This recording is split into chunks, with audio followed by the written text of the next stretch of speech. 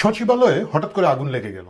আগুন লেগে যাওয়া যে কোনো জায়গায় ঘটতে পারে, দুর্ঘটনা ঘটতেই পারে, কিন্তু এই আগুনটা হঠাৎ করে রাত 2টোর সময় লাগলো। প্রথম প্রশ্নটা হচ্ছে, রাত 2টোর সময় সচিবালয়ে কি এমন ঘটছিল? সাধারণত বিদ্যুৎ লাইন বন্ধ থাকে, সেখানে কোনো লোকজন থাকার কথা নয়।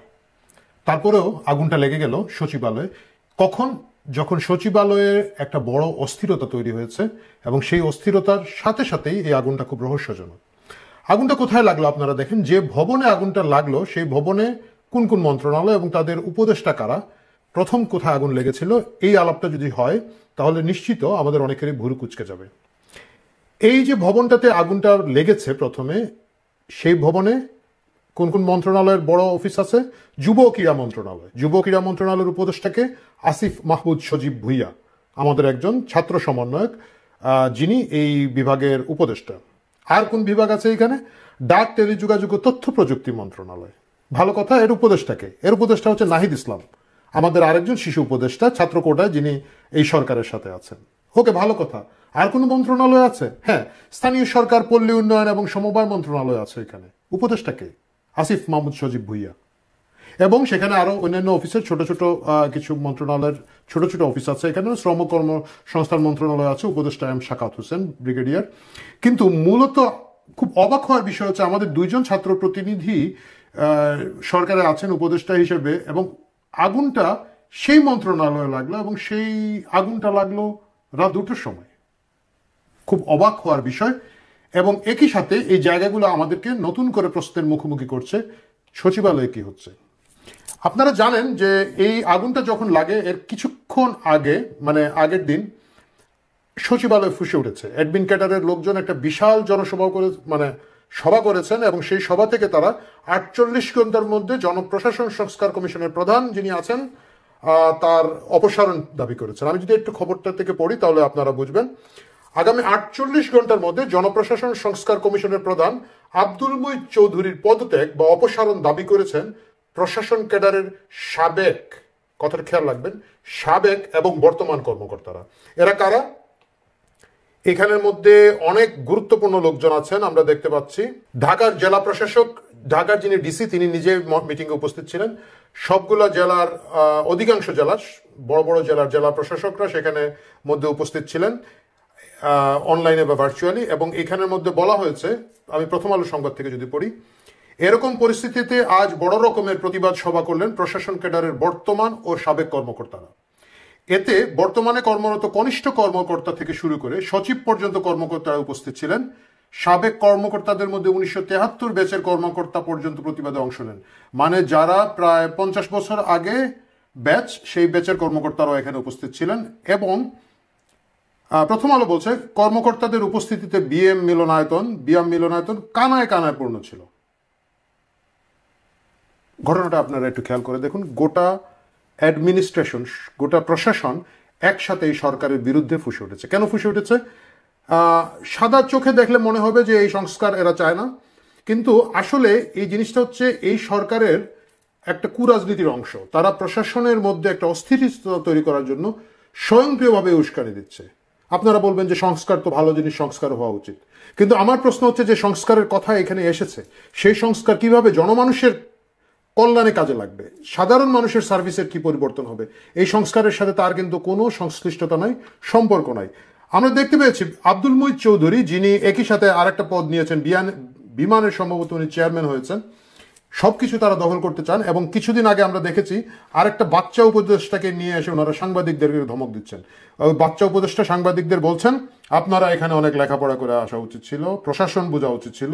যাদেরকে বলছেন সেই সাংবাদিকরা ওই বাচ্চা উপদেষ্টার চেয়ে অন্তত পক্ষে 100 গুণ ভালো প্রশাসন বুঝেন। তারা দীর্ঘদিন ধরে এই প্রশাসন কেন্দ্রিক সাংবাদিকতা করে করে অভিজ্ঞতা পাকিয়ে এখানে এসেছেন। তারা ওইখানের মধ্যে কি বলে, মাত্র গ্রাজুয়েট হয়ে বা নন গ্রাজুয়েট অবস্থায় বিরাট কিছু একটা হয়ে কমিটির সদস্য হয়ে এই উপদেশ দিতে বসেন নাই। যাই হোক, সেটা অন্য কথা। কিন্তু সেখানে আব্দুল মুঈদ চৌধুরী, আপনারা দেখেছেন, উনি খুব কাচুমাচু করে তেল দিচ্ছিলেন সেই শিশু সদস্য কমিটিকে, এবং সাংবাদিকদেরকে উনিও বলছিলেন, এখানে আপনারা কেউ আন্দোলন করেন নাই, ওই আন্দোলন করেছে, ওই জেল ঘেটেছে, মানে হচ্ছে ওই আন্দোলন করেছে, ওই জেল ঘেটেছে, ও যা বলবে আপনাদেরকে মেনে নিতে হবে। মুঈদ চৌধুরী নিজে হয়তো এখানে আন্দোলন করেন নাই, আন্দোলনের সাথে তার কোনো সংশ্লিষ্টতা ছিল না। উনি হচ্ছে জুলাই আগস্টের এই যে শত শত মানুষ প্রাণ দিয়েছে তার নেট বেনিফিশিয়ারি, যারা এই প্রাণটা না দিলে মুহিত চৌধুরীর কিছু হতো না। উনি একই সাথে বিমানের চেয়ারম্যান এবং প্রশাসনের কমিটির প্রধান হয়ে যে ব্যাপক পাওয়ার, ব্যাপক আনন্দ পাচ্ছেন, সেই আনন্দটা বা সেই পাওয়ারটা উনি উপভোগ করতে পারবেন না। কিন্তু সরকার কি করছে আপনারা দেখেন, অস্বাভাবিকভাবে প্রশাসন ক্যাডারের মধ্যে একটা মৌলিক পরিবর্তন নিয়ে আসছে। দীর্ঘদিন চলে আসা যে ট্র্যাডিশন আছে, দীর্ঘদিন চলে আসার যে পথ আছে, সেটাকে বাধা দিয়ে তারা নতুন করে কিছু অ্যাডমিনিস্ট্রেটিভ সংস্কার করছে, যে সংস্কার হলে সাধারণ মানুষের কোনো উপকার হবে না। আমাদের কিছু যায় আসে না। এখানে বলা হয়েছে উপসচিব পর্যায়ে যে বা পরবর্তীতে যে পদোন্নতিগুলো হবে, এর মধ্যে 50% অ্যাডমিন ক্যাডার থেকে আসবে, 50% বাইরের অন্যান্য ক্যাডার থেকে আসবে, যেটা এখন আছে 75-25। আমার কথা হচ্ছে এই উপসচিব বা এই পদগুলোতে প্রশাসন ক্যাডার থেকে আসলে কি অন্য ক্যাডার থেকে আসলে কি, এটা আন্ত ক্যাডার মামলা। এটা অ্যাডমিনিস্ট্রেটিভ একটা কাহিনী, যেটার সাথে সাধারণ মানুষের কল্যাণের কিছু আসবে যাবে না। ভুরুঙ্গামারিতে এই প্রশাসনিক ক্যাডারে গেল না অন্য ক্যাডার থেকে উপসচিব হলে কিছু আসে যায় না, সিলেটে কিছু আসে না, নোয়াখালীতে আসে যায় না, আমাদের জীবনযাত্রায় কোনো পরিবর্তন আসে না। কিন্তু এই সরকার এইসব নন ইস্যুকে ইস্যু বানিয়ে সংস্কারের নামে একটা ডামাডোল করছে, যাতে করে নির্বাচনকে পিছিয়ে দেওয়া যেতে পারে এবং সংস্কার করছি স্লোগান তুলে তুলে তারা তাদের ক্ষমতাকে দীর্ঘায়িত করতে পারে। এটা করতে গিয়ে যেটা করেছে, প্রশাসনের গোটা প্রশাসন ক্যাডার এখন ফুঁসে উঠেছে, গোটা সিভিল প্রশাসন এই সরকারের সাথে চ্যালেঞ্জে গিয়েছে। এবং এখানে কথাগুলো কি হচ্ছে, 48 ঘন্টার মধ্যে যদি মুহিত চৌধুরীকে অপসারণ করা না হয় বা উনি পদত্যাগ না করেন, তাহলে এই প্রশাসন ক্যাডার তারা কিন্তু বড় সমাবেশের ঘোষণা দিয়েছেন এবং তারা বলেছেন কিভাবে এটা করতে হয় এটা আমরা জানি। মানে সরাসরি সরকারের সাথে একটা হুমকিতে গিয়েছেন, যেটা সরকার ইচ্ছা করে তৈরি করেছে, এই জটিলতা করে বাংলাদেশকে স্থবির করে দেওয়ার একটা চেষ্টা। নন ইস্যুকে ইস্যু করা এই সরকারের একটা উদ্ভট যোগ্যতা, খুঁজে পেতে যেটাকে এই মুহূর্তে করার দরকার নেই সেটা করা। কিছুদিন পরে যদি নির্বাচন হয়, 25 সালের যদি শেষে আমরা নির্বাচন ধরে থাকি, নতুন যে রাজনৈতিক সরকার আসবে, প্রশাসনে কারে উপসচিব বানাবে না বানাবে সম্পূর্ণ সেই নতুন রাজনৈতিক সরকারের সিদ্ধান্ত হবে। তারা তাদের মতো করবে। এই সংস্কারগুলো কখনোই দীর্ঘস্থায়ী হবে না। রাজনৈতিক সরকার তার 5 বছরের রুট প্ল্যান ঠিক করবে, তারা ঠিক করবে যে কোন কোন জায়গায় কোন ক্যাডারকে কতটুকু ব্যালেন্স করবে, কোন ক্যাডারকে কতটুকু গুরুত্ব আছে। কিন্তু ডক্টর ইউনূস এবং তার যে সৈনিকেরা আছেন, তারা এখন এইসব অপ্রয়োজনীয়, পাবলিকের জন্য জরুরি নয় সংস্কারগুলো করছেন। আসলে হচ্ছে সংস্কার নয়, আসলে হচ্ছে তারা চেষ্টা করছেন এইটা করে ক্ষমতাকে দীর্ঘায়িত করা। গুড, সেটা করার একটা ব্যাপার ছিল। মজার ব্যাপারটা হচ্ছে এর পরে পরেই সচিবালয়ে আগুন লেগে গেল রাত 2টোর সময়। এমন সব মন্ত্রণালয় লাগলো যে মন্ত্রণালয়গুলো আমাদের সমন্বয়ক বৃন্দ, উপদেষ্টা, একটু ভুরু কুচকাতেই হয়। এটা কোনো সন্দেহ নাই যে নিঃসন্দেহভাবে রাত 2টোর সময় সচিবালয়ে সাধারণভাবে আগুন লাগার কোনো কারণ নাই। যদিও আজকাল অনেক খুবই দুর্বল স্ক্রিপ্টে নাটক আমরা দেখতে পাই, সেটাতে হয়তো বলা হবে যে এখানে একটা রিহার্সেল চলছিল বা এটা একটা নাটক ছিল, বা আমি জানি না ওনারা কি বলবেন। একটা সময় জজ মিয়ার মতো আরেকটা কাউরে বের করে নিয়ে আসবেন। এখানে একজন ট্রাক ড্রাইভারকে ধরা হয়েছে, তাড়াহুড়ো করে যেতে গিয়ে একজন ফায়ার ব্রিগেডের কর্মীকে সেই ট্রাক ড্রাইভার গুরুতর আহত করেছে। এই ভিডিও যখন করেছি তখন পর্যন্ত উনি গুরুতর আহত। আমি জানি না ভিডিওটি যখন প্রচার হবে তখন তিনি বেঁচে থাকবেন কিনা, আমরা তার দীর্ঘায়ু কামনা করি। এই ট্রাক ড্রাইভারকে দিয়ে হয়তো একটা নতুন গল্প তৈরি করা হবে, কিন্তু গল্প সেটা নয়। আমার ব্যক্তিগত যে ধারণা, যে জিনিসটা আমি খতিয়ে দেখার জন্য আমার সাংবাদিক বন্ধুদেরকে অনুরোধ করব, প্রথম কথা হচ্ছে আমরা জানি এর আগে মিডিয়ায় এসেছে কিছু কিছু ছাত্র প্রতিনিধির নামধারীরা গভীর রাত পর্যন্ত সচিবালয়ে থাকেন, তারা সেখানে অফিস করেন, বদলির তদবির করেন এবং ফিসফিস আছে যে অনেক দুর্নীতি হচ্ছে। এই ফিসফিস যে আছে, দৈনিক মানব জমিনের সম্পাদক মতিউর রহমান চৌধুরী কিন্তু বলেছেন যে আমাদের কাছে অনেক খবর আছে, আমরা প্রকাশ করতে পারছি না। আমরা জানি সংবাদপত্রের গলা টিপে ধরা হয়েছে, আমরা জানি গিয়ে হুমকি দামকি দিচ্ছে হাসনাত, সিটি গ্রুপে গিয়েছে এটা প্রকাশ্য যে 10 জন সাংবাদিকের চাকরি খেতে হবে। সবগুলা মিডিয়া হাউসে এখন পরিবর্তন আসছে, নতুন লোকজনকে নিতে তারা বাধ্য করছে, প্রেশার দিচ্ছে। এবং মতিউর রহমান চৌধুরীর কথাটাই যদি আমরা ধরি, সংবাদপত্রে গলা টিপে ধরে এইসব দুর্নীতির খবর, অনাচারের খবর প্রকাশ করতে দেওয়া হচ্ছে না। কিন্তু আজকে প্রকাশ না হলে কোনো একদিন হবে। এই জন্য কি সচিবালয়ে আগুন? এই জন্য কি দলিলপত্র পুড়িয়ে দেওয়ার জন্য কেউ চেষ্টা করছে?